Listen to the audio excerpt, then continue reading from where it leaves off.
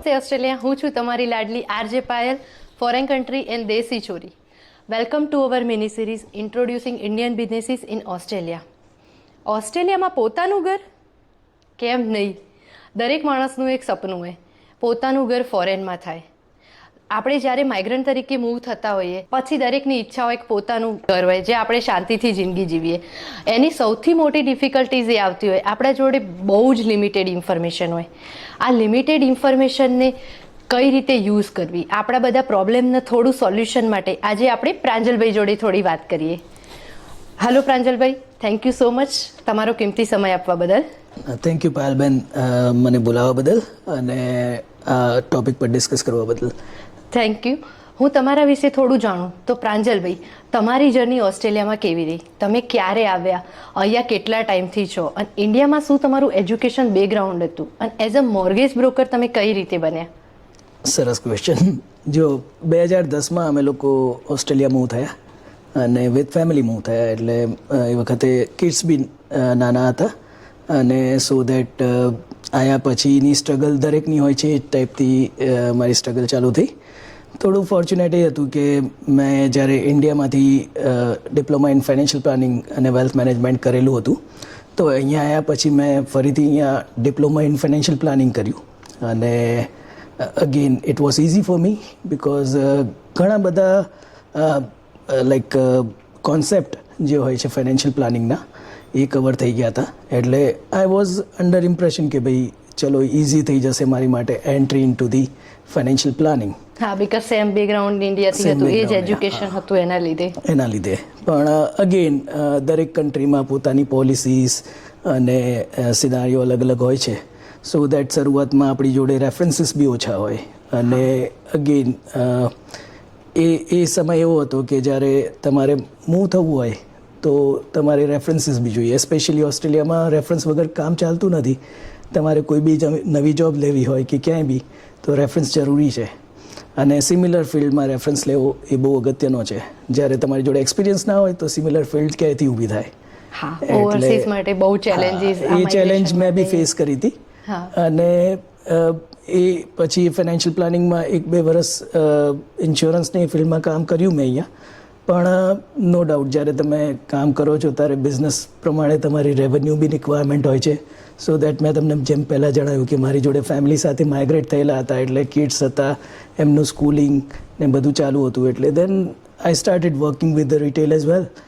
અને eventually focus કર્યું કે પહેલાં આપણે પહેલું ઘર લઈ લઈએ.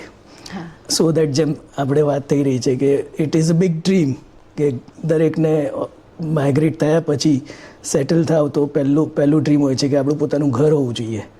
એટલે આઈ ફોકસ ઓન દેટ ડિરેક્શન કે ભાઈ પહેલાં ઘર કરીએ અને પછી આપણે આગળ કેરિયર પર બી ફોકસ કરીશું.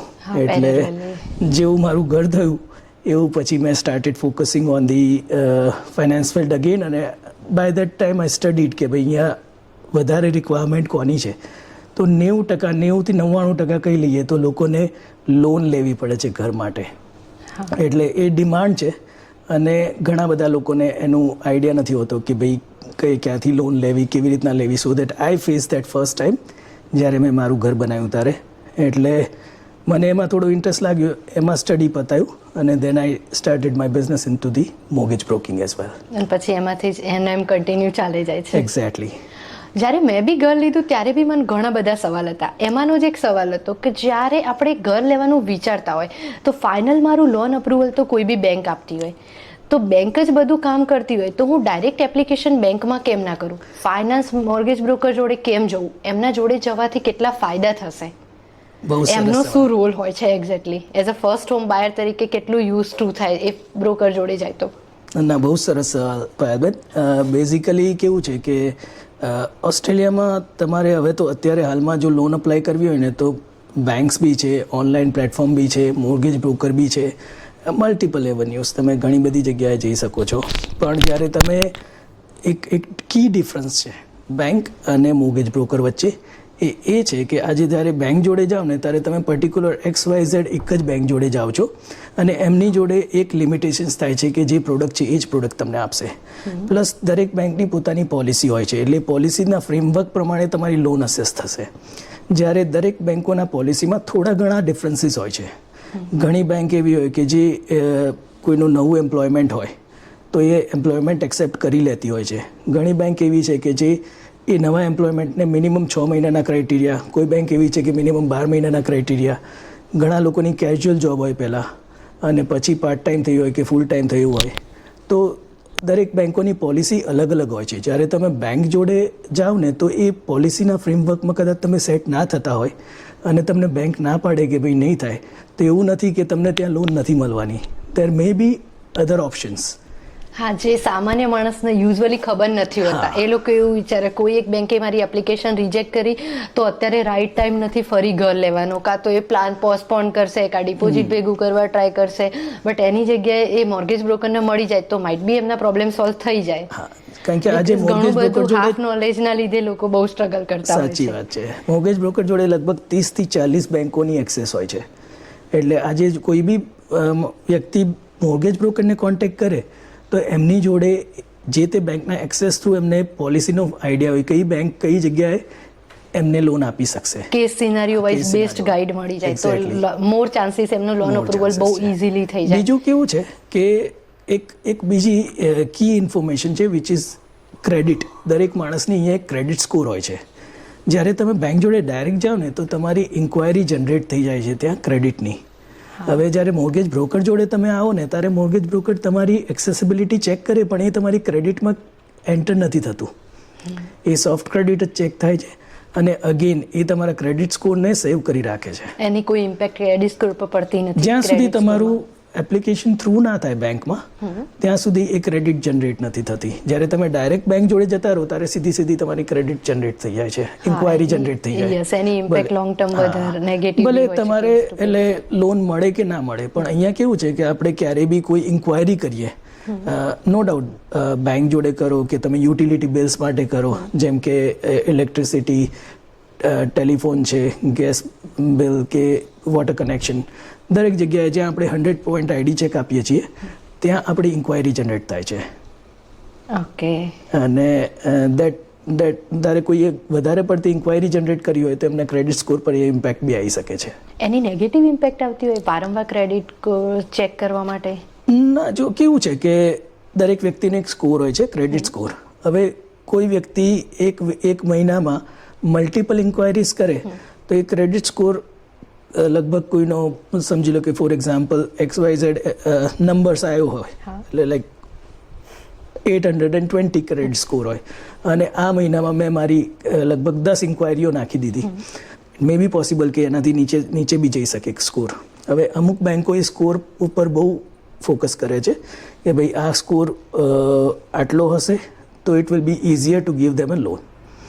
અમુક વખતે સ્કોર નીચે હોય એવું બી નથી કે લોન નથી મળતી, લોન મળવાના ચાન્સીસ છે, પણ again it depends. Sometimes some banks will always focus on the score as well. બહુ બધી વસ્તુ એકબીજા જોડે કનેક્ટ થતી હોય છે આમાં. આ વાતને થોડી આગળ કરીએ તો કોઈ બી ફર્સ્ટ હોમ બાયર તરીકે એન્ડ ડિપોઝિટનું ક્વેશ્ચન આવે તો કેટલી ડિપોઝિટ સેવ કરવી જોઈએ? ડિપોઝિટના કોઈ ફિક્સ સ્ટાન્ડર્ડ કાંઈ એના ઉપર? જો કેવું છે કે ડિપોઝિટ માટેનો કન્સર્ન દરેક ફર્સ્ટ હોમ બાયરનો હોય અને જ્યારે પ્રોપર્ટી લેવા જઈ રહ્યા હોય છે ત્યારે ઓસ્ટ્રેલિયામાં આપણે 80% સુધી લોન અપ્લાય કરીએ તો આપણને એક લેન્ડર મોર્ગેજ ઇન્સ્યોરન્સ કરીને ઇન્સ્યોરન્સ આવે છે જે નથી લાગતો. બેંક તમને 95% સુધી લોન આપી શકે છે, પણ એ 95% જ્યારે તમે 80%થી ઉપર જઈએ ને આપણે એટલે LMI લાગે છે એની ઉપર. હવે લેન્ડર મોર્ગેજ ઇન્સ્યોરન્સ એક એવી વસ્તુ છે કે જે લોન ઉપર અપ્લાય થાય જો તમે 80 to 85, 80 to 90 કે 95ની રેન્જમાં જતા હોય તો. હવે જ્યારે આપણે LMI ઇન્ક્લુડ થાય તો એક છે બેઝ લોન અને બીજું છે LMI ઇન્ક્લુડ થયા પછીની લોન. હવે એ LMI ઇન્ક્લુડ થયા દરેક વ્યક્તિને પેલું એક આઈડલી કહેવા જઈએ તો એક નોર્મલ વ્યક્તિ જે ફર્સ્ટ હોમ બાયર તરીકે હોય એમને એ કોન્સેપ્ટ મગજમાં નથી હોતો કે લોનમાં LMI ઇન્ક્લુડ થયા પછીની લોન જે આવશે એ પછી આપણે કેટલી ડિપોઝિટ જોઈશે. હા, કેટલી ચેન્જ થશે ફિગર્સ? કેટલી ચેન્જ થશે ફિગર્સ? કારણ કે આજે ધારો કે 95% પર બી જતા હોય પણ ઘણી વખતે એવું છે કે LMIના કેસમાં ધારો કે if you go for 95 that includes LMI ઘણી બધી બેન્કો અપ ટુ 95% આપે છે, એ લખે 95, પણ એમાં એલએમઆઈનો પોર્શન ઇન્ક્લુડ હોય છે. હવે એક બીજું કી ઇન્ફોર્મેશન એવી છે કે આજે ધારો કે કોઈ ઓસ્ટ્રેલિયન સિટીઝન હોય અને ઓસ્ટ્રેલિયન સિટીઝન હોય અને એ દે વોના ગો અપ ટુ, એમની જોડે 5% જેન્યુઇન સેવિંગ છે, તો એ સિટીઝન માટેની રિક્વાયરમેન્ટ એક ગવર્મેન્ટ ગેરંટી સ્કીમ કરીને છે, એની અંદર જાય તો એ એક અપ ટુ 95% સુધી જઈ શકે છે ને એમાં એલએમઆઈ નથી લાગતું. પણ એ કોટા છે ગવર્મેન્ટનો, જેની અંદર પહેલાં, અને સિલેક્ટેડ બેન્ક્સ છે એની અંદર પાછી, એટલે કેવું છે કે પર્ટિક્યુલર સિલેક્ટિંગ બેંકમાં એ કોટા ઓપન હોય તો જ એ લોન મળી શકે છે. પહેલાં તો અપ્લાય કરવું પડે, એનો નંબર આવે અને એ પછી એમાં લોન મળે, એટલે that's a big process for that. એટલે 50-50 ના ચાન્સ મળી બી જાય ને. અત્યારે હાલમાં તો ઘણા બધા કોટા ઓપન છે ઘણી બધી બેંકો જોડે, પણ છતાં બી કહેવાનો મતલબ કે દર વખતે એ ઓપ્શન અવેલેબલ નથી હોતો. એટલે ધારો કે હવે એ ઓપ્શન કોઈની જોડે અવેલેબલ ના હોય કોઈ ટાઈમ ફ્રેમ માટે, તો એ વખતે they have to go with the option which is included with LMI.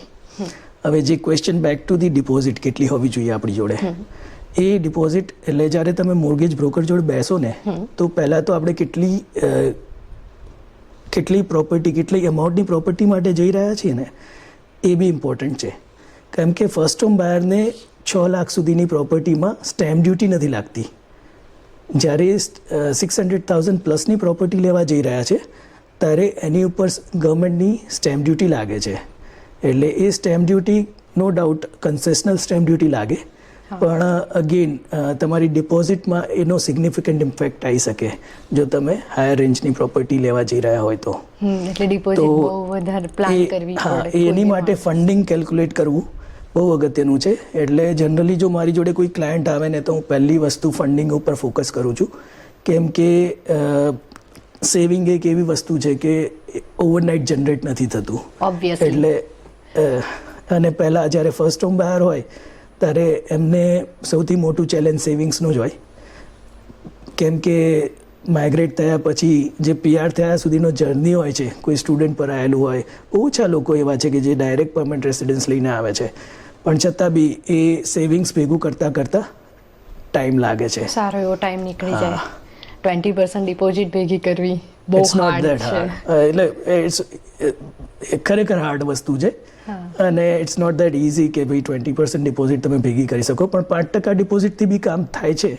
પણ એ 5%માં જો તમે સિટીઝન ના હોય ને તો તમારે એનાથી વધારે ડિપોઝિટ પર ફોકસ કરવું પડે, કે તમારે સાથે સાથે એલએમઆઈનો પોર્શન બી ઇન્ક્લુડ કરવો પડે કે ભાઈ કેટલી એલએમઆઈ પર તમે જશો, પછી તમે આગળ વધીને પછી આગળ કહી શકો કે ભાઈ કેટલી રેન્જની પ્રોપર્ટી માટે જઈ રહ્યા છો, સ્ટેમ્પ ડ્યુટી કેટલી લાગી શકે છે, ગવર્મેન્ટ ચાર્જિસ કેટલા છે, સેટલમેન્ટ વખતે કન્વેન્શનના બી ચાર્જિસ આવે, એટલે એ બી તમારે ગણતરી રાખવાની પડે કે સેટલમેન્ટ વખતે જે બાકીનું ફંડ ટુ કમ્પ્લીટ છે એ કેટલું હોવું જોઈએ. એ બધું સેવિંગ્સના પોર્શનમાં ઇન્ક્લુડ થવું જોઈએ. એટલે આપણે ઇનિશિયલી એવું પ્લાન કરીને ચાલતા હોય કે 6 લાખની પ્રોપર્ટી છે તો 60,000 કરીશું તો વર્ક થશે, બટ એવું જરૂરી નહીં. બીજા બધા અધર એક્સપેન્સ એડ થતા થતા સિનારીઓ ચેન્જ થઈ શકે છે, સર્કમસ્ટન્સીસ બધાના અલગ અલગ રહેવાના. એક્ઝેક્ટલી. એટલે થોડું એક્સ્ટ્રા સેવિંગ કરીને જ પ્રોપર્ટી પ્લાન કરવી. સાચી વાત છે. ડિપોઝિટ જ્યારે કરતા હોય ભેગી, તો ડિપોઝિટ બીજી કઈ રીતે બતાવી શકાય? અધર્સ વેઝ, જેમ કે કોઈ ગિફ્ટ યા પેરેન્ટ ગેરેન્ટર તરીકે, કોઈના પેરેન્ટ્સ અહીંયા રહેતા હોય જે પોતાનું હોમ એઝ અ ગેરેન્ટર તરીકે મૂકે, તો એવા સિનારીઓઝમાં 5%માં બંધ થઈ જાય ખરા? ના, ઓબ્વિયસલી બહુ એકદમ વેલિડ તમે પ્રશ્ન પૂછ્યો. કારણ કે કેવું છે કે જ્યારે ફર્સ્ટ હોમ બાયર હોય અને કહેવાનો મતલબ કે હવે ધારો કે કોઈના પેરેન્ટ્સ અહીંયા રહેતા હોય કે કોઈના પેરેન્ટ્સ મોકલાઈ શકે એવા હોય ગિફ્ટ, કે કોઈ પેરેન્ટ્સ જોડેથી ગિફ્ટ લઈ શકે એ કન્ડિશનમાં હોય તો ગિફ્ટ ઇઝ એક્સેપ્ટેબલ. પણ હવે ધારો કે જો તમે 80% પ્લસ અપ્લાય કરો છો તો બેંક પહેલાં તમારું જેન્યુઇન સેવિંગ તો જોશે જ. પણ કોઈ બી બેંક તમને, જો તમે ગિફ્ટ લેટર સાથે અપ્લાય કરો તો they will accept that gift letter, અને પ્રી અપ્રુવલ લેતા હોય તો બી ગિફ્ટ લેટર ચાલે છે. પણ at a time of settlement you need money, એટલે ગિફ્ટ ઇઝ એક્સેપ્ટેબલ. કોઈ બી બેંક આઈડલી જો કોઈ પેરેન્ટ્સ કે ક્લોઝ રિલેટિવ એમને ગિફ્ટ આપતા હોય તો ઇટ્સ ઇઝી. અને વધારે ચાર્જ પર વાત કરું તો એલએમઆઈ અમુક પ્રોફેશનલમાં વેવ ઓફ બી થઈ શકે ખરા? હા, મેડિકો છે, એકાઉન્ટન્સી છે, એટલે રજિસ્ટર્ડ એકાઉન્ટન્ટ હોય, અને દેર આર સર્ટન અધર પ્રોફેશન કે જેની અંદર LMI વેવરનો ઓપ્શન છે કે અપ ટુ 90%. ઘણી બેન્કો એવી છે કે જેમાં એ લોકો LMI વેવ કરી શકે છે. એટલે જો એ વસ્તુ તમે ડાયરેક્ટ કોઈ બેંક જોડે ગયા હોય તો ઇટ મે બી પોસિબલ કે બેંકને એ બેંકના પોલિસીમાં આવતું હોય તો બેંક તમને એ પ્રોફેશન તરીકે કહી શકે કે અમે વેવ કરીશું. પણ ઘણી બેંકો એવી છે કે જે અમુક પ્રોફેશન ઇન્ક્લુડ નથી કરતી. મેડિકલમાં બી પેરામેડિકલ ફિલ્ડ્સ હોય કે લાઇડ ઇન્ડસ્ટ્રી હોય છે જેની અંદર એવું છે કે દરેક બેંકે ઇન્ક્લુડ નથી કરતી. તો દેર are certain banks who May accept it. પણ જો બ્રોકર જોડે તમે બેસો તો એમને આઈડિયા હોય ને they will work it out. હા, બહુ બધા ઓપ્શન ખુલ્લા થઈ જાય ત્યાંથી. કઈ ફીસ ક્યાંથી બચાવી, કઈ રીતે મેનેજ કરવી ડિપોઝિટ, કયા બીજા ઓપ્શન છે, એ બધું પ્રોપર ગાઈડ મળી રહે. સાચી વાત છે. જ્યારે નોર્મલ માણસ તરીકે એ બહુ ડિફિકલ્ટ થઈ જાય સીધી ફાઇલ કરવી એના કરતાં. આગળ આ વાતને હું કરું તો બોરોઈંગ કેપેસિટી કઈ રીતે કાઉન્ટ થાય? બોરોઈંગ કેપેસિટી કઈ રીતે કન્સિડર કરવામાં આવે? કોઈ બી બેંક કોઈ એપ્લિકેશન અસિસ્ટ કરતી હોય તો એમાં કયા ફેક્ટર કન્સિડર કરતી હોય છે? બોરોઈંગમાં કેપેસિટી ટુ રીપે બેઝિકલી કોઈ બી બેંકમાં છે ને આજે ક્યારેય બી લોન અપ્લાય કરો તો લોન માટે બેંકનું સૌથી પહેલું કન્સિડરેશન હોય છે કે કોઈ બી વ્યક્તિ લોન અપ્લાય કરે છે તો what is the capacity of them to repay that loan. હવે હોમ લોનની પર્ટિક્યુલર વાત કરીએ તો home loan they are giving us for 30 years. એટલે આજે કહેવાનો મતલબ છે કે 1 વર્ષથી લઈને 30 વર્ષ સુધીની ટર્મ, કોઈ બેંક 35 વર્ષની બી ટર્મ આપે છે. પણ કન્સિડરિંગ દેટ એ બોરોઈંગના સર્ટન ક્રાઇટેરિયા હોય છે પોલિસી વાઇઝ. એટલે દરેક બેંકની પોલિસી અલગ હોય છે. પણ સૌથી પહેલાં તો ઇન્કમ છે તમારી, કન્સિસ્ટન્સી ઓફ ઇન્કમ એ જુએ છે કે કોઈ બી વ્યક્તિની કન્સિસ્ટન્સી કેટલી છે, ઇન્કમ કઈ રીતના જનરેટ કરી રહ્યા છે. અને પછી સેકન્ડ છે ઇઝ લાયબિલિટી, કે એક્ઝિસ્ટિંગ લાયબિલિટી બી શું છે એ બી નજરમાં રાખે છે. હવે એમાં ક્રેડિટ કાર્ડ બી આવી જાય અને એમાં હાઉસ હોલ્ડ લાયબિલિટી બી આવી જાય. અગેન કિડ્સ હોય તો એમનો ખર્ચો બી ઉઠાવવાનો હોય છે. એટલે એમના કેસમાં બી એ બી કન્સિડર થતું હોય છે ફેમિલીના કેસમાં. એટલે ઘણા બધા ફેક્ટર છે જે બેંકો નજરમાં રાખતી હોય છે. ક્રેડિટ સ્કોર આપણે જે હમણાં વાત થઈ, દેટ ઇઝ અનધર ક્રાઇટેરિયા. અને ઇન્ટરેસ્ટ રેટ. હવે અત્યારના તબક્કે સૌથી ઇન્ટરેસ્ટિંગ ક્વેશ્ચન છે કે ઇન્ટરેસ્ટ રેટ. આજથી હું કદાચ 6 મહિના કે 12 મહિના પહેલાંની વાત કરું તો બોરોઈંગ બહુ ઇઝીલી અવેલેબલ થતું, કેમ કે ઇન્ટરેસ્ટ રેટ વર સો લો. લગભગ એક તબક્કો એવો હતો કે બિલો 2% બી ઇન્ટરેસ્ટ રેટ અવેલેબલ હતા. આજથી 1.5 વર્ષ પહેલાંની વાત કરીએ તો કોવિડ ટાઈમમાં. અને હવે અત્યારે જોવા જઈએ તો interest rate is gone almost double, more than double. અને હજુ બી એવું સંભળાઈ રહ્યું છે કે કદાચ વધશે. પણ જ્યારે બેંક કન્સિડર કરે છે બોરોઈંગ, ત્યારે બેંક જે બી ઇન્ટરેસ્ટ રેટ તમને આપતી હોય, ઓફર કરતી હોય, એના 3% બફર રાખે છે.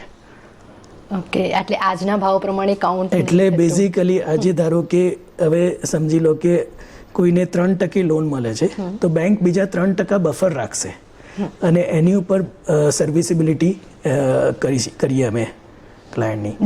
એટલે બોરોઈંગ કેપેસિટી આઈડલી તમારી 6%, જો 3% રેટ ઓફર થતું હોય તો 6% પર કન્સિડર થાય છે તમારી. હા, તો ઘણા લોકોની બોરોઈંગ કેપેસિટી બહુ વધારે કપાઈ જાય એના લીધે તો જો આ તો સ્ટાન્ડર્ડ પર જઈએ તો. હા, એટલે કેવું છે કે આની અંદર એ જ વસ્તુ છે કે ઇન્ટરેસ્ટ રેટ તો ઓબ્વિયસલી એ આપણા હાથમાં નથી. સો દેટ બેંક ડિસાઈડ કરે છે. પણ કહેવાનો મતલબ કે અમે જનરલી જ્યારે પ્રાઇઝિંગ અપ્લાય કરીએ તો એમાં ડિસ્કાઉન્ટ આવતા હોય છે. દરેક અલગ અલગ પ્રોડક્ટના અલગ અલગ પ્રાઇઝિંગ હોય છે. ઘણી વખત બેંકની બેઝ પ્રોડક્ટ બી હોય છે જે ઓછા કમ્પિટિટિવ રેટ પર ઓફર થતી હોય છે. તો અમુક વખતે કોઈની બોરોઈંગ ઓછી આવતી વી મે થિંક અબાઉટ અધર પ્રોડક્ટ્સ કે જ્યાં એમને કોઈ કમ્પિટિટિવ રેટ મળે અને એની સામે એમનું બોરોઈંગ કેટલું વધી શકે છે એ અમે ગણતરી કરી શકીએ છીએ. અને કોઈ માણસનો ક્રેડિટ સ્કોર બહુ ઓછો હોય તો એને ઇમ્પ્રૂવ કરવું હોય તો એના માટે શું વર્કઆઉટ થઈ શકે? જો હવે એના ક્રાઇટેરિયા છે કે જેમ પહેલાં વાત કરી કે આપણે ઘણી બધી ઇન્ક્વાયરીઝ લોકો જનરેટ કરતા હોય છે. ઘણા લોકો ઓબ્વિયસલી છે કે હવે ઘર લેવું હોય તો ઘણા લોકોને આઈડિયા નથી હોતો કે ભાઈ બ્રોકરને કદાચ ઓળખતા હોય કે ના ઓળખતા હોય તો બેંક જોડે ડાયરેક્ટ જતા રહે છે. અને બેંક જોડે જાય એટલે ઇન્ક્વાયરી જનરેટ થાય. કદાચ ત્યાંથી ના આવે તો બીજી બેંક જોડે જાય, બીજી બેંક જોડે ના આવે ત્રીજી બેંક જોડે જાય. એટલે અગેન એ ઇન્ક્વાયરીઝ જનરેટ થતી રહે which may reflect in to their credit score. પણ એનો મતલબ એવો નથી કે એમને લોન નથી મળી શકે એવી. There are options. એટલે ધારો કે જો બ્રોકર જોડે બેસે અને as long as it's good to go, inquiries are fine, પણ કોઈનો ડિફોલ્ટ હોય કે કોઈને લેટ પેમેન્ટ કરેલા હોય તો ત્યાં થોડા કન્સર્ન્સ થાય છે. ધારો કે કોઈને રીપે કરવાના બાકી હોય એમના કોઈ ડેટ, તો ત્યાં બી એ કન્સર્ન આવે છે. એટલે હવે એક સિમ્પલ વસ્તુ છે કે તમે કોઈને પૈસા આપ્યા હોય ને એ પાછા ના આપતા હોય ને ફરીથી માગવા આવે તો આપણે 10 વખત વિચારીએ કે ભાઈ પહેલાંના રૂપિયા છે કે જે રેગ્યુલર મળી નથી રહ્યા પણ બીજા આપવાના છે. હવે આ તો બેંક્સ છે એટલે પેલું આપણે જૂના જમાનામાં પેઢીઓને શરાફ હતા એની જેમ અત્યારે હવે આ સોફિસ્ટિકેટેડ બેંક્સ થઈ ગઈ છે જે રેગ્યુલેટેડ બાય રિઝર્વ બેંક કે રેગ્યુલેટેડ બાય ગવર્મેન્ટ. પણ અલ્ટિમેટલી એમનું કામ એ જ છે ટુ ફાઇન્ડ આઉટ કે ભાઈ રેગ્યુલરાઇઝ જે એમના પેમેન્ટ થતા હોય કે જે રેગ્યુલર એમના ફાઇનાન્સીસ મેનેજ કરતા હોય it's easier for them to lend their money. બહુ બધો કોમ્પ્લેક્સ સબ્જેક્ટ છે. ફાઇનાન્સ બહુ મોટો સિનારીઓસ છે, બહુ ડિટેલ ઇન્ફોર્મેશન છે, દરેક કેસ ટુ કેસ અલગ અલગ જતું હોય છે. સચ વાત છે. તો કોઈ બી માણસ ફર્સ્ટ હોમ બાયર પ્લાન કરતું હોય તો કેટલા ટાઈમ પહેલાં એને પ્રિપેરેશન સ્ટાર્ટ કરવી જોઈએ? હોમવર્ક ફાઇનાન્સની સાઈડ ક્યાંથી સ્ટાર્ટ કરવું જોઈએ? કેટલું પહેલાં પ્લાન કરે તો એના માટે ઇઝી રહે? જો કેવું છે, આપણે ગુજરાતીમાં કહીએ છીએ જગ્યા ત્યારથી સવાર. ઓફકોર્સ. એટલે આપણને લાગે કે we are comfortable enough to move in to the market. એટલે બેઝિકલી જો રેગ્યુલરાઇઝ આપણે લાગે કે ભાઈ ઇન્કમ રેગ્યુલર જનરેટ થઈ રહી છે, સ્ટેબિલિટી છે, હવે રેન્ટમાં બી વાંધો નથી કે આપણે રેગ્યુલર ભરી રહ્યા છીએ. ઘણા લોકો આવે ત્યારે શેરિંગમાં રહેતા હોય, પછી ઇન્ડિવિજ્યુઅલ જતા હોય છે રહેવા માટે, ને પછી દે થિંક અબાઉટ કે ભાઈ ના આપણે હવે વાંધો નથી કે કપલ હોય તો 2 જણાની ઇન્કમ રેગ્યુલર હોય કે ઇન્ડિવિજ્યુઅલ હોય એમને બી સારી સ્ટેબિલિટી ઓફ જોબ હોય. અને again it's good time any time you can sit down with the broker and work it out. અત્યારે કદાચ કોઈની બોરિંગ ના બી થતી હોય તો એ તમને સ્ટેપ બતાવી શકે કે કેટલો ટાઈમ ફ્રેમ તમે લઈ શકો કે કેટલું તમારે સેવિંગ્સ જોઈએ.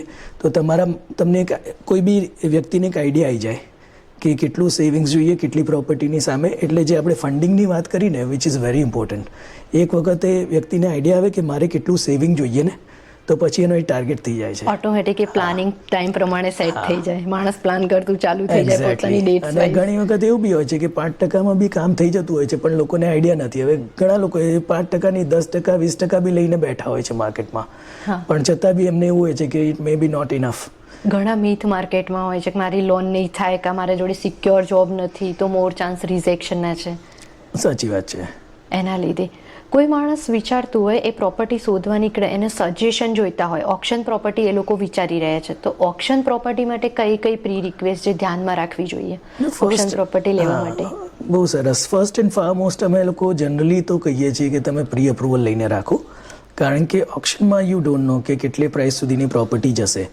એટલે દરેક વ્યક્તિને પોતાની બોરોઈંગનો અભ્યાસ હોવો બહુ જરૂરી છે કે કેટલું મેક્સિમમ બોરોઈંગ મળી શકે અને કેટલું એમના હાથમાં સેવિંગ છે. એટલે આજે ધારો કે કોઈ વ્યક્તિ ઓપ્શનમાં જઈને ઊભો રહે અને ઓપ્શનમાં બોલી બોલાતી હોય ત્યારે કેટલા આગળ વધી શકે, કેટલી રેન્જ પર એ અટકી શકે, એ જાણવું બહુ અગત્યનું છે before moving ahead on the option.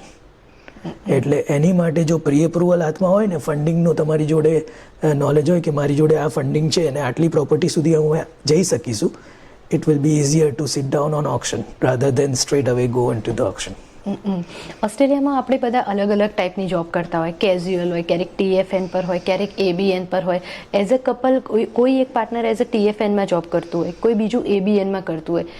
એવા સિનારીઓમાં એ લોકોને કઈ વસ્તુનું ધ્યાન રાખવું જોઈએ ઇઝીલી ફર્સ્ટ હોમ બાયરમાં એન્ટ્રી લેવા માટે, પહેલી પ્રોપર્ટી, પહેલું ઘર લેવા માટે? ના, બહુ જ સરસ ક્વેશ્ચન છે આ. કારણ કે એવું નથી કે દરેક વ્યક્તિ જોબ કરતું હોય, કોઈ લોકો બિઝનેસ બી કરે છે અને બિઝનેસમાં જનરેટ ઇન્કમ થતી હોય ઓસ્ટ્રેલિયન બિઝનેસમાં ABN પર. હવે જ્યારે ABN પર ઇન્કમ જનરેટ થતી હોય છે ને ત્યારે મોટાભાગની બેન્કો 2 વર્ષની કન્સિસ્ટન્સી જુએ છે કે 2 વર્ષ સુધી એ ઇન્કમ જનરેટ થયેલી છે કે નથી થયેલી. હવે દેર are certain banks who may consider four 1 year, પણ એની સાથે સાથે બિઝનેસ GST રજિસ્ટર્ડ છે નથી, કેટલા વર્ષથી ઓપરેટ થઈ રહેલો છે, એ બધું જુએ છે. તમારું રિટર્ન કેટલું ફાઇલ થયેલું છે, રિટર્નમાં નેટ પ્રોફિટ છે કે ટેક્સેબલ ઇન્કમ કેટલી આવી રહી છે, એ દરેક ક્રાઇટેરિયા એ લોકો ફોકસમાં રાખતા હોય છે. PAYG તો બહુ સિમ્પલ છે, લાઈક જોબ જે કરતા હોય નો ટેક્સ કપાઈને હાથમાં આવતો હોય છે, એટલે દે નો કે ભાઈ રેગ્યુલરાઇઝ ઇન્કમ છે, એક પ્રીસેટ ઇન્કમ આવી રહી છે, એટલે ઇટ્સ ઇઝીયર ફોર ધેમ. પણ જ્યારે બિઝનેસ છે તો બિઝનેસમાં મલ્ટિપલ સ્ટ્રક્ચર હોય છે. કોઈ સોલ ટ્રેડર હોય, કોઈ પાર્ટનરશિપ બિઝનેસમાં હોય, કોઈને કંપની ક્રિએટ કરેલી હોય, કોઈએ ટ્રસ્ટ સ્ટ્રક્ચર ઊભું કરેલું હોય. એટલે depending on what kind of structure it is any complexity વધતી જાય છે. પણ જ્યારે આ જ વસ્તુ છે કે જ્યારે તમે રેગ્યુલરાઇઝ બિઝનેસ કરતા હોય ને, ઇટ શુડ બી ફાઇન. હા, બટ ન્યૂ સ્ટાર્ટઅપ માટે તો બહુ ચેલેન્જિંગ થઈ ગયું. જેનું 6 મંથ જૂનો ABN હોય તો એના માટે તો લોનના કોઈ સ્કોપ જ નથી દેખાતા આ સિનારીઓમાં. હા, એટલે there are certain banks who may consider, but then 6 મહિનાવાળામાં ઇન્ટરેસ્ટ રેટ સિનારીઓ અલગ હોય છે કહેવાનો મતલબ. એટલે એમના ઓપ્શન્સ ઘટી જાય છે ત્યાં. હા, બટ એવું બી નથી ટોટલી ના થાય. ના, એવું બી નથી, પણ ત્યાં ઓપ્શન્સ બહુ ઓછા થઈ જાય છે. જે પહેલાં તમારી જોડે 40 ઓપ્શન હોય તો 40 ના બની શકે કે 4 ઓપ્શન રહી જાય. હા, બટ મળી તો જાય જ, કંઈક ના કંઈક સિચ્યુએશન પ્રમાણે વર્કઆઉટ થઈ તો જાય. પણ કન્સિસ્ટન્સી ઓફ ઇન્કમ એઝ સચ, જે આપણે હમણાં વાત કરી કે બેંકની બી એ આઈડિયલ લુક છે કે કન્સિસ્ટન્સી ઓફ ઇન્કમ કેટલી છે. પ્લસ બિઝનેસની અંદર જ્યારે બિઝનેસ રેવન્યુ જનરેટ થતા હોય છે તો સામે બિઝનેસના ખર્ચા બી હોય છે. એટલે એક નેટ ઇન્કમ કેટલી જનરેટ થાય છે બેંક એ બી જુએ છે ખાસ. એટલે ધારો કે ઘણા બધા લોકોને એવું છે કે ભાઈ મારું બિઝનેસ ઇન્કમ જનરેટ થઈ રહી છે એક પર્ટિક્યુલર એમાઉન્ટ ઓફ મની, એટલે એમને એમ થાય છે કે મારી ઇન્કમ આ જનરેટ થઈ ગઈ, પણ એ ઇન્કમ નથી, એ બિઝનેસ ઇન્કમ છે. હવે બિઝનેસ ઇન્કમમાંથી ખર્ચા બાદ થાય, કોઈ બી અસેટ હોય તો એને ડેપ્રિશિએશન બાદ થાય, બીજા બધા અમુક ખર્ચા બાદ થતા હોય છે. તો કહેવાનો મતલબ કે નેટ બિઝનેસ પ્રોફિટ કેટલો થઈ રહ્યો છે એ that includes into the personal income. હવે સોલ ટ્રેડર હોય તો સીધું પર્સનલ ઇન્કમમાં જાય, પાર્ટનરશિપ હોય તો ડિવાઈડ થાય, કંપની સ્ટ્રક્ચર હોય એ પ્રમાણે ડિવાઈડ થતું હોય છે. એટલે કંપની સ્ટ્રક્ચરમાં ઇન્ડિવિજ્યુઅલ હોય તો એમને કંપનીમાંથી ડાયરેક્ટર ફી લીધેલી છે નથી લીધેલી, કે ટ્રસ્ટ સ્ટ્રક્ચર હોય તો એમાં કેટલા ડિવાઈડ કર્યા છે પ્રોફિટ્સ એ બી જુએ છે. સોલ ટ્રેડર એટલે કોઈ બી માણસ individually just full time Uber કરતા હોય એ લોકોનું બી ABNમાં જ કોન્સેપ્ટમાં કાઉન્ટ થાય. એક્ઝેક્ટલી. એ જો અત્યારે છે ને આપણે કોઈ બી નવા વ્યક્તિ આવે ને તો આ બહુ સારું પ્લેટફોર્મ છે એક ઉબર, કે જે લોકો ઇઝીલી એન્ટર થઈ શકે છે અને બિઝનેસ ઇન્કમ જનરેટ કરી શકે છે. પણ બિઝનેસ ઇન્કમ જનરેટ કર્યાની સાથે સાથે at the end of the day they need to understand કે ભાઈ એ બિઝનેસ ઇન્કમ જનરેટ થઈ છે, એની અંદરથી ખર્ચા બી બાદ થવાના છે. એટલે જ્યારે એકાઉન્ટન્ટ જોડે રિટર્ન ફાઇલ કરવા જાય તો કોઈએ પર્ટિક્યુલર સમજી લો કે $1000 જનરેટ કર્યા હોય તો $1000માંથી $500 ખર્ચાના બાદ કરે તો 500ની જ ઇન્કમ જનરેટ થઈ કહેવાય એમને. હા, એટલે ઇનવોઇસની ફિગર એવું ગણી ના લેવું કે આ મારી નેટ વેલ્યુ છે, આટલું મારું અર્નિંગ છે. એક્ઝેક્ટલી. એ રીતે કન્સિડર ના કરવું જોઈએ. હા, સાચી વાત છે. તમારા એક્સપિરિયન્સથી કોઈ એવા કેસ સિનારીઓ જે તમે રિસેન્ટમાં ફેસ કર્યા હોય, જે ડિફરન્ટ કસ્ટમરના અલગ સિનારીઓમાં જે આજની ઓડિયન્સને સારું એવું ગાઈડલાઈન મળી શકે એવું તમને લાગતું હોય એવું?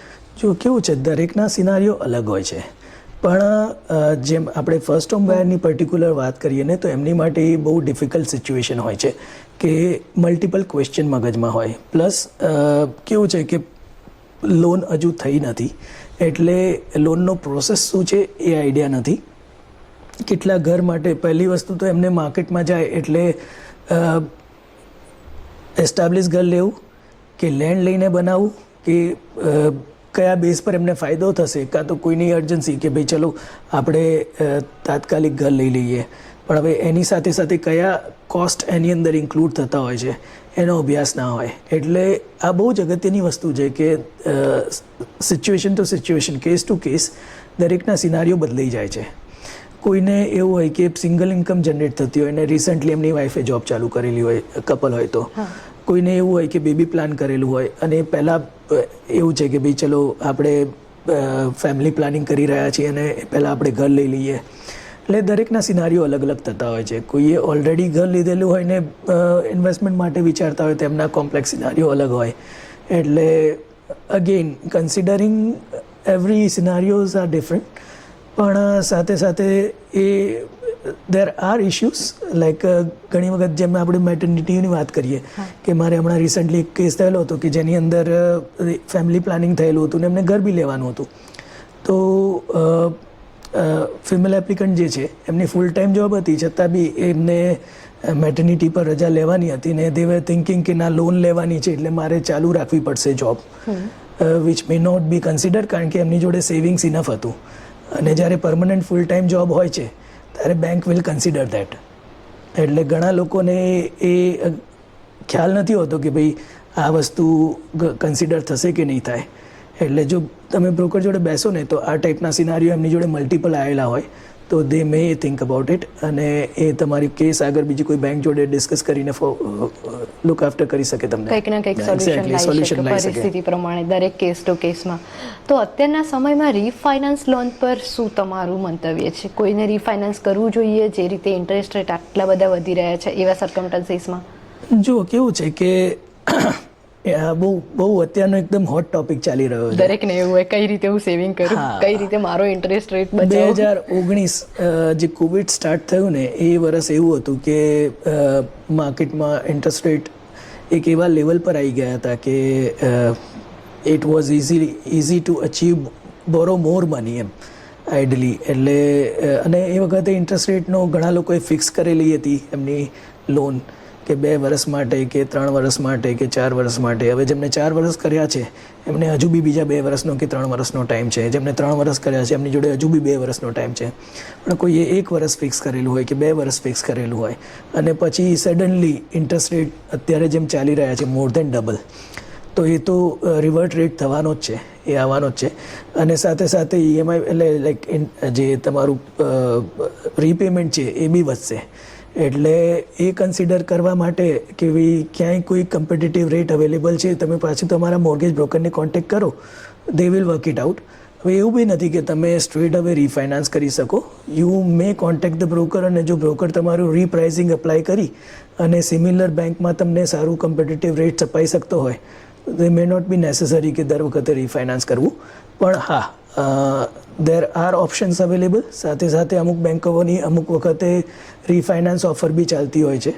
એટલે ઘણી વખતે ઘણા લોકોને એવું છે કે ભાઈ રીફાઇનાન્સ કરીને સાથે સાથે એ ઓફર બી એક્સેપ્ટ કરી જાય. જેમ કે કેશબેક રિબેટ ચાલતા હોય કે અમુક વખતે પેકેજ વેવર ફી ચાલતી હોય કે એવા અલગ અલગ કાઇન્ડના ઓફર્સ ચાલતા હોય તો એમાંથી એ ફાયદો થઈ શકે થોડો. બેંક જોડે બાર્ગેનિંગ બી થઈ શકે ખરા ઇન્ટરેસ્ટ રેટ ઉપર? જો આ છે ને એકચ્યુઅલી બહુ ટ્રિકી ક્વેશ્ચન છે, કારણ કે ઇન્ટરેસ્ટ રેટ કેવો છે કે તમારું બોરોઈંગ કેટલું છે અને સાથે દરેક બેંક ડિસ્કાઉન્ટ આપતું હોય છે પ્રાઇઝિંગ પર. એટલે એ બ્રોકર તમારા જ્યારે બી તમે બ્રોકર જોડે જાઓ ને ત્યારે બેંક જોડે એ અપ્લાય કરતા હોય છે પ્રાઇઝિંગ, અને એ પ્રાઇઝિંગમાં ઓલરેડી જે પ્રાઇસ બેંક ઓફર કરતી હોય એનાથી કમ્પિટિટિવ ડિસ્કાઉન્ટેડ રેટ લઈને તમને આપે છે. એટલે દેટ ઇઝ સમથિંગ વિચ કે ભાઈ એ તમારી માટે કેટલું બાર્ગેન કરે છે. પ્લસ એવું બી નથી દરેક વખતે LVR કેટલો છે એટલે તમે કેટલી લોન લીધેલી છે એના બેઝ પર બેંક પ્રાઇઝિંગ આપતું હોય છે. એટલે ડિસ્કાઉન્ટ બી ધારો કે કોઈની 80% ઉપરની લોન હોય તો એ કેસમાં બેંકને રિસ્ક વધારે છે, એટલે બેંક જનરલી એની ઉપર બહુ વધારે ડિસ્કાઉન્ટ નથી આપતી. પણ આજે ધારો કે કોઈનો LVR બિલો 60% હોય કે બિલો 50% હોય તો ત્યાં બેંકને ખબર છે કે બેંકની જોડે મોટું રિસ્ક નથી, એટલે અમાઉન્ટ ઓછું થઈ ગયું. હા, કારણ કે બેંકે ઓલમોસ્ટ લાઈક 60-40%ની ઓનરની ઓનરશિપ છે, 60%ની જ બેંકની ઓનરશિપ છે, કાં તો 50%ની 50-50ની છે. તો આઈડલી એવા કેસમાં બેંક વધારે ડિસ્કાઉન્ટ આપે છે. એટલે ધારો કે ઘણી વખત એડવર્ટાઇઝ થયેલા હોય રેટ કે ભાઈ અમે આટલું આપીશું. Banks are always putting star marks. જ્યારે એડવર્ટાઇઝ રેટ થતા હોય ને ત્યારે સ્ટાર માર્ક થતી હોય છે. હવે એ વખતે એ લોકો ઘણી વખતે એમના જે લો રેટ્સ હોય ને, જે લોઅર LVR બેઝ હોય એની ઉપર એડવર્ટાઇઝ કરતા હોય છે. અને માર્કેટમાં જ્યારે લોકો આ એડવર્ટાઇઝમેન્ટ જુએ છે ત્યારે એમને એમ થાય છે કે ભાઈ આ રેટ મળી રહ્યા છે. It may not be necessary કે તમારો LVR એમાં ફોલ થતો હોય તો તમને એ ડિસ્કાઉન્ટ ના મળે, તમને એ પ્રાઇઝિંગ ના મળે.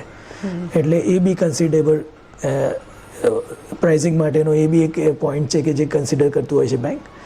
અને આઈડલી એટલે એ જ બહુ અગત્યની વસ્તુ છે. જ્યારે તમે બ્રોકર જોડે બેસો ને ત્યારે broker will let you know કે ભાઈ એક્ઝેક્ટલી તમારું વેલ્યુએશન મૂકે તો વેલ્યુએશન આટલું આવ્યું છે, એની સામે તમારી લોન આટલી બાકી છે, તો તમને પ્રાઇઝિંગમાં કેટલું કોમ્પિટિટિવ ડિસ્કાઉન્ટ મળી શકે કે ના મળી શકે, રિયલ સિચ્યુએશનનો આઈડિયા આવી જાય. એક્ઝેક્ટલી એક્ઝેક્ટ પેપર વર્ક થાય એના લીધે. તમારી કંપની વિશે થોડું વધારે જાણીએ તો તમે આના સિવાય ફર્સ્ટ હોમ બાયર સિવાય હોમ લોન સિવાય કઈ કઈ સર્વિસ પ્રોવાઈડ કરો છો? જો લોન એટલે કેવું છે કે આજે માર્કેટમાં હોમ લોન જે છે એ તો બેઝિકલી જેમને ઘર લેવું છે એની માટે એ લોકો એપ્રોચ કરતા હોય છે. પણ એ સિવાય ધારો કે કોઈએ કાર લોન લેવી હોય કે કોઈએ પર્ટિક્યુલર કોમર્શિયલ ફાઇનાન્સમાં બિઝનેસ માટે ટ્રક લોન લેવી હોય, કાં તો એટલે XYZ ઇક્વિપમેન્ટ ફાઇનાન્સ માટે એપ્રોચ કરવો હોય તો બી મોર્ગેજ બ્રોકર જોડે ઓપ્શન્સ અવેલેબલ હોય છે કે તમારા વતી એ સિનારીઓ લેન્ડરને ડિસ્કસ કરી શકતા હોય છે અને પુટ ફોરવર્ડ કરી શકે તમારા સિનારીઓ. એટલે દેર આર મલ્ટિપલ એવન્યુઝ કે જે મોર્ગેજ બ્રોકર તમારી માટે કામ કરી શકે છે. બધી ટાઈપની લોનમાં ગમે તે પર્સનલ લોન હોય, હા, એક્ઝેક્ટલી. હોમ લોન હોય કે ઇન્વેસ્ટમેન્ટ લોન હોય, બધી પ્રોબ્લેમનું એક જ સોલ્યુશન ફાઇનાન્સ બ્રોકર કહી શકીએ, જેનાથી બધી ઇન્ફોર્મેશન મળી જાય. સાચી વાત છે. તમારે કોઈ બી ઇન્ફોર્મેશન તમારા પર્સનલ સિનારીઓઝમાં ફાઇનાન્સ રિલેટેડ કંઈ પણ ડિસ્કસ કરવું હોય તો તમે પ્રાંજલભાઈને ડાયરેક્ટ DM કરી શકો છો. એમની કોન્ટેક્ટ ડિટેલ્સ પ્રાંજલભાઈ જણાવશે. તમે મને ફોન કરી શકો છો ઓન માય મોબાઈલ 0433233220. મેસેજ બી કરી શકો છો.